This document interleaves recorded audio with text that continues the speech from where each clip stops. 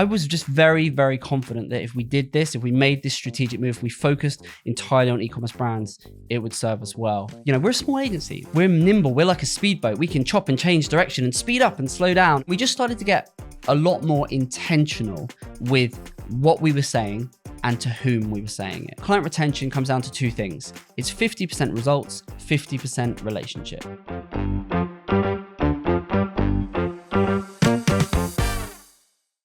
This episode is brought to you by MozCon, the leading SEO conference where you will learn to become a better search marketer.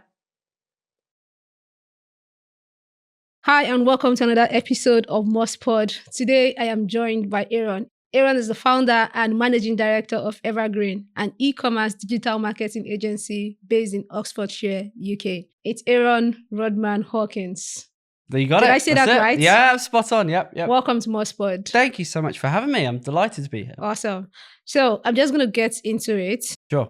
What motivated you to pivot your agency from a generalist approach to a more specialized e-commerce focus? Evergreen's been going for 10 years or 11 years now. And for the first 10 years, we were very specific on what we did, but we would do it for anyone. So we would have some e-com, and then we would have some B2B, some lead gen, and providing the service and doing it very well was just, as we were growing, was proving increasingly difficult to do that for such different types of businesses. And so we just looked at all things considered and decided, actually, we really enjoy working with e-commerce retail brands, and that's where we want to focus. So how did you navigate that initial challenges and the risk associated with pivoting into e-commerce? And I'm saying this in context of the fact that you lost 40% MRR after you pivoted. That must have been brutal. It was. Looking back, it was a bold move. I think we'd been. It was really tied into our 10th year because we were 10 years in, and I was really thinking about the next 10 years and where I was going to take my agency and what the future looked like. And we looked at everything, and I spoke to the team, and I sort of said, well, you know, where do we want to be? What do we want to do? And when we looked at our best clients in terms of our enjoyment, where we looked at the best results we were getting, when we looked at the clients that the team were having the most fun working on, it was just resoundingly that it was e-commerce retail brands. They much preferred marketing a product over marketing, creating lead generation for say B2B industries. In focusing on specifically e-com brands, we had a couple of our B2B clients that were due to renew, and we just decided not to renew them. And we explained why, and that was fine. And we went our separate ways. It ties in, we'd lost a client. And so it all culminated that, at one stage, our monthly recurring revenue had dropped by 40%, which completely wiped out our profit margin. We had some reserves, so we were fine. And what it enabled us to do, I sort of looked at it and said, well, do you know what? Even if we drop that revenue for 3 or 4 months, we've got enough in the coffers to see us through. And we can just focus all of our efforts, all of our marketing on being very specific in who we want to work for. And hopefully, fingers crossed, with a wing and a prayer, come out the other side. I'm laughing because losing that MRL was intentional. You let these clients go. You had no backup plan. You just had your reserves. This sounds like absolute madness, Aaron. Yeah, maybe it is. When you put it like that. You literally hedged all your bets that this is either going to work. This was like an all or nothing kind of approach. Who does that? Yeah, maybe I'm a bit mad. When you put it like that, it does seem a little bit mad. I think it was, I don't know, maybe it's the entrepreneur in me, but when I get an idea, I become very fixated on, right, I have to do that. And then I'm very impatient to then make it happen. So yes, with hindsight, the more sensible route might have been to stagger this over a period of time. But I've already made up my mind that this is what we needed to do. I had the team on board. We knew the demand was there. And so we just, I did kind of just throw caution to the wind and say, let's just go for it. It served us well. So it was a bold move. I guess when you think about it, when I look back, it was a bit of a risky strategy. Look, I love it. I love it because I'm the exact same way. I have zero patience. If I have an idea in my head, I want to execute right now. I want to do everything right now. I never, ever have a plan B because I feel like that's the thing that makes me who I am. Yeah. One plan either works or it doesn't work.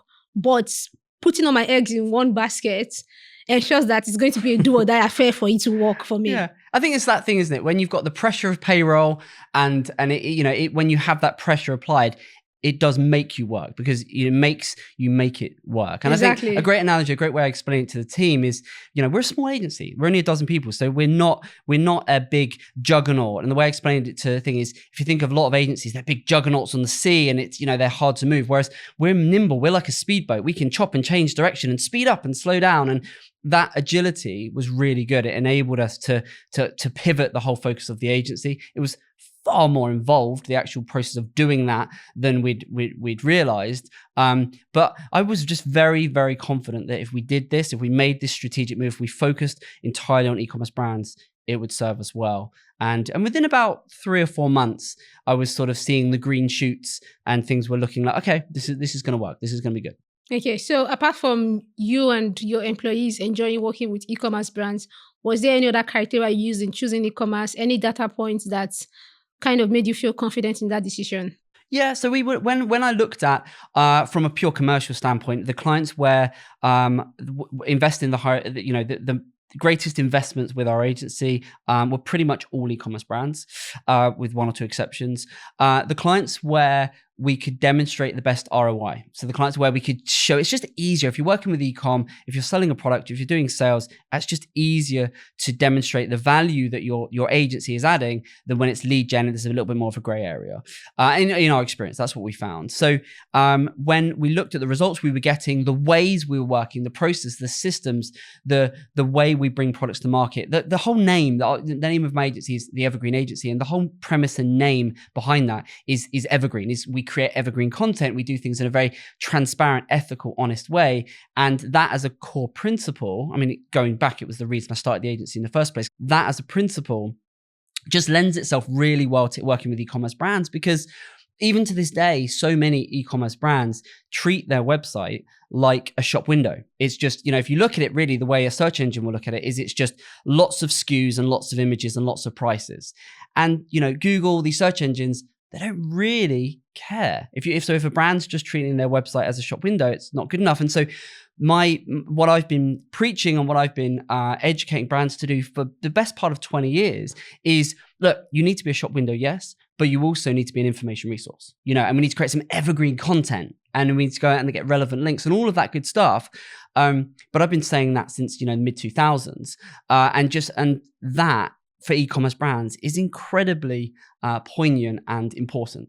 And so that just works really well for e-com brands.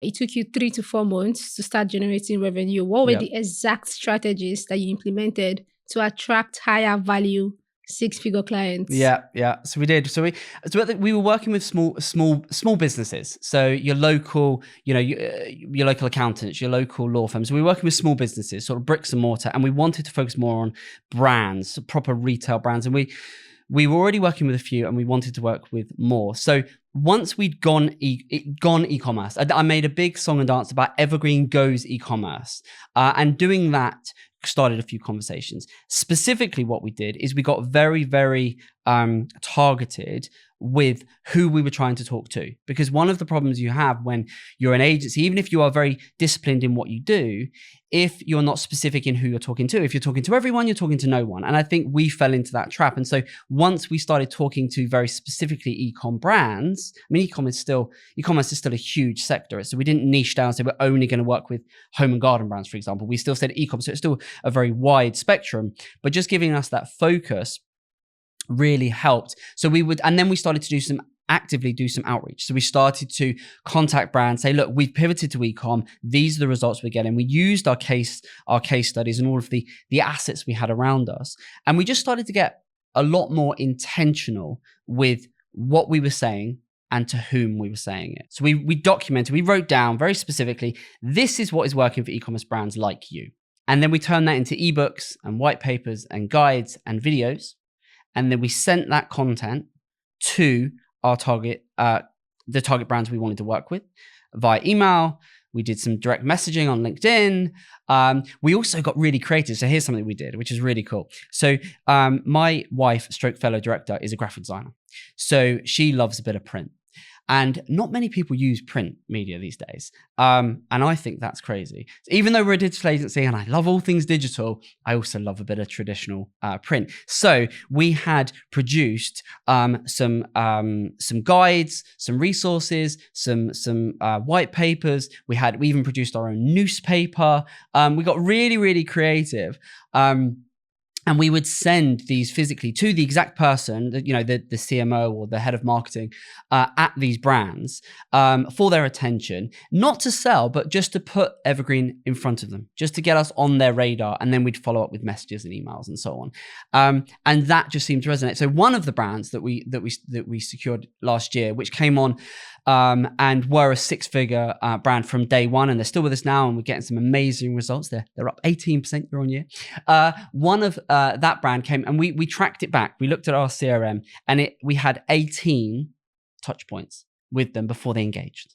Before they actually sort of said, you know what? Yeah, okay, let's have a call. That's 18 touch points. I couldn't believe it. And that was a combination of, we tracked them on our website. We'd, hit them with ads. We'd messaged them. We'd sent them several emails. We'd done this, we'd done that, and nothing. And we just kept chipping away. We'd also sent them, I think, 3 things physically in the post just to keep us on their radar, because it's that classic thing of, when even though we're marketing towards e-commerce brands, ultimately what we're trying to do is B2B selling as an agency. And we know that 95% of our market at any one time have no interest in digital marketing. So we've just got to capture them at the right time. And we just happened to do it.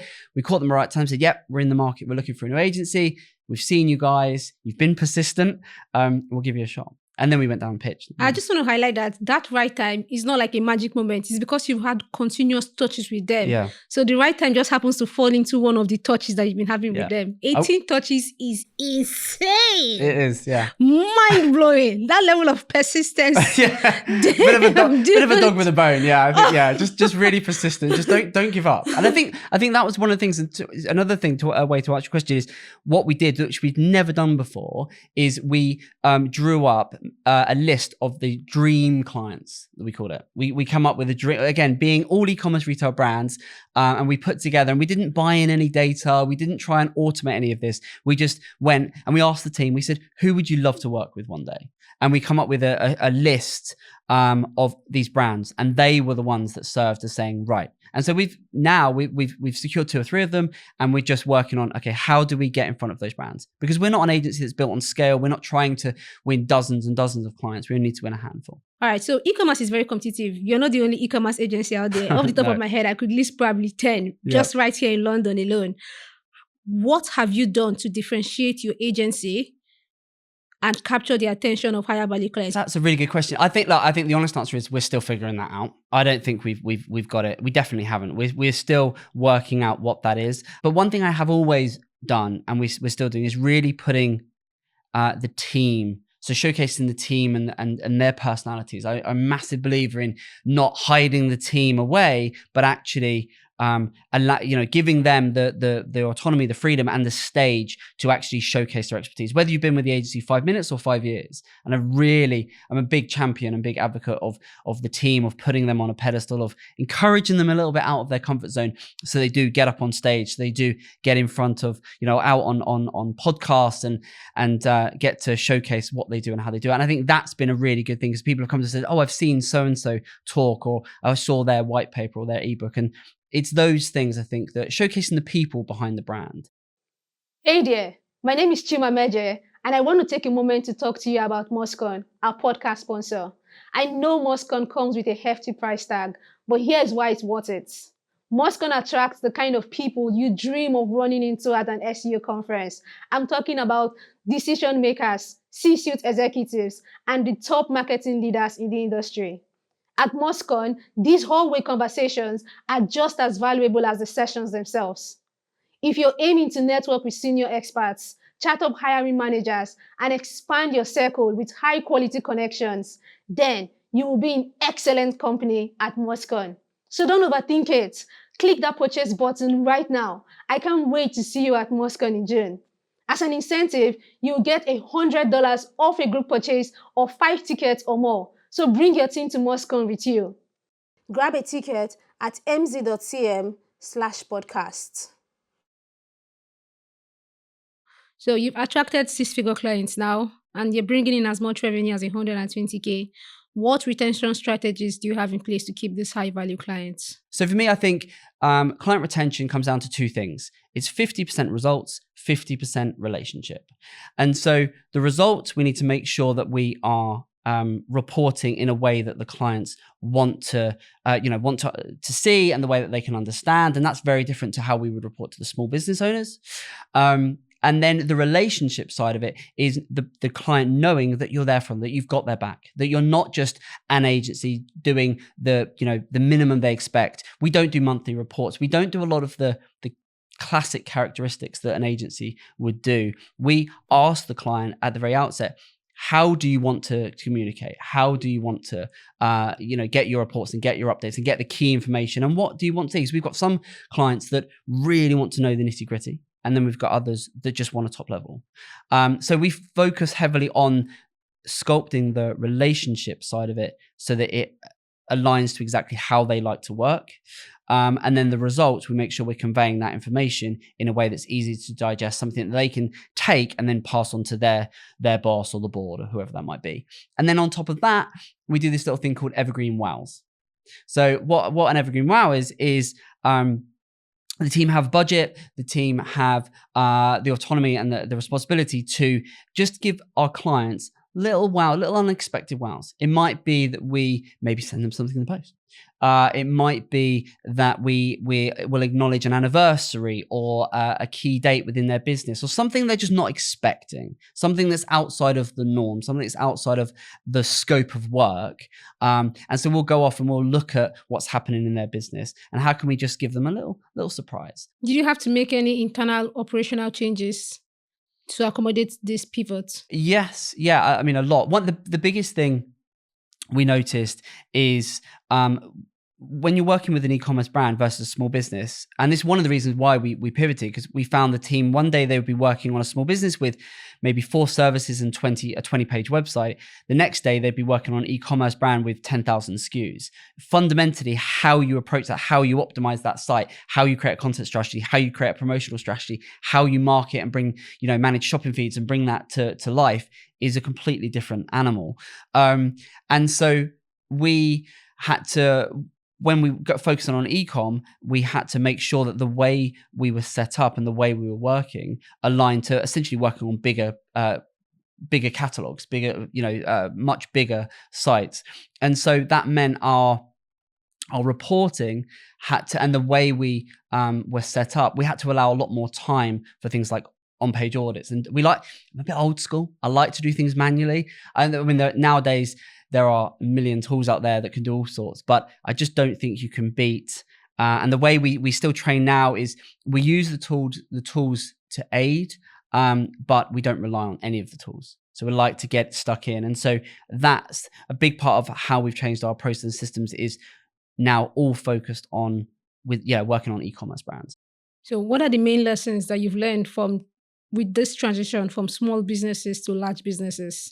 Well, I think as we said at the top, I think maybe don't pivot quite so fast as I did with hindsight. I think that was a lesson learned. I think looking back, that was probably a bit of a risky strategy. I think for us, going from working with small businesses to these brands has meant that we have a lot more time. So, bigger brands will often bring bigger budgets. Bigger budgets means you just get more resource, which allows for more thinking time. It allows for more creativity. And I think it just allows you to really get under the skin of the brand you're working with and understand where they're going. So I have a really nice sort of philosophy, which has kind of been how I've built the agency and how I've trained the team and how we now educate clients, which is essentially, I like to, regardless of all the channels and all the platforms that brands have at their disposal, I've always boiled it down into having what I call 4 pillars, which I refer to as the backbone of digital marketing. It's a bit of an evergreen concept. And the reason I call it that is because fundamentally brands only have 4 ways of driving traffic and increasing their visibility and ultimately sales. You can buy the traffic in, and we all know how you do that: Google ads, Meta ads, etc. You can own the traffic. So that is everything: your brand search, brand advocates, etc., returning customers. You can nurture that traffic. So that's your email, your social, etc. And then you can earn it. So that is your SEO, your content marketing, and your promotion, and your digital PR. So those things, and that creates that, you can buy it, own it, nurture it, and earn it. And in terms of how we work with the brands, we get them to understand their reliance on those pillars. And then we build them digital strategies that take them and grow their business without an over-reliance on any one of those. That is so smart. Thank you. I appreciate that. What advice would you give to other agency founders that are looking to do what you've done? Don't do it so fast. No, I think for me, no, I think it was be clear on where you're going. So, for me, the reason we made that decision is because I looked 10 years from now. I thought, right, we're 10 years in. Where do I want to be when we're 20? And it was. I'm sorry, I'm just going to cut you in there and say something. Go on. 10 years in and you were looking at the next 10 years. You were sure that you were going to want to keep doing this for the next 10 years. Yeah. That's incredible. You think? Yeah, because I can't see beyond 5 years of my life. Oh, no. So I've always done, that was the first thing I just he said 10 years in the future. Yeah. So I think there's look, a lot of people overestimate what they can achieve in 1 year, but massively underestimate what they can achieve in 10 years. And if you just think about that, how many people, we always think, oh, this time next year, I want to be a millionaire. No, this time next year, it's like, I want to achieve this, I want to do this. And I just think, by the time I turn 50, where do I want to be? And when I looked at that, it was, okay, I want to be running a group of boutique agencies under the Evergreen name that all serve as providing everything that an e-commerce brand would need. And so the first step on that, whether it takes the next year, 2, 3, is continue to build the agency and focus specifically on e-com. And so I think that's the first step for us. And I think to answer your question, what should brands do? Not do it maybe so fast. Maybe have a bit of a plan B, because I definitely didn't. And then I think just be really clear on what success looks like and where you're going, and then reverse engineer it back and think, right, if in 10 years I want to be there, where do I need to be in 5 years? Where do I need to be in 2 years? Where do I need to be in 1 year? Right, what do I need to do in the next 3 months? Hey friend, if you stuck around this far, I'll take it you're enjoying the podcast. Please hit the like button to show your support. Subscribe to stay in the loop, and click the bell button to get notified when we release a new episode. Thank you. Can you name one thing you do every day that brings you a tiny pocket of joy? What, every day? I mean, every day at work, every day is so different. At home, that I don't get to do every day, but most days is I read my little boy a book, and he's massive into trains and Thomas. So it's every day we've got hundreds of Thomas books. So we go through them and read one, and then it's, Daddy, can you read a second and a third? And then it goes on. So I think that would be it. Yeah. It's amazing. And that's it for today on MozPod. This episode was engineered by Saul Fox, produced by Chima Mmeje and Joe Cameron, and our YouTube footage was filmed and edited by Sarah Galpin. And remember, curiosity did not kill the cat, it just improved the search ranking. Bye-bye.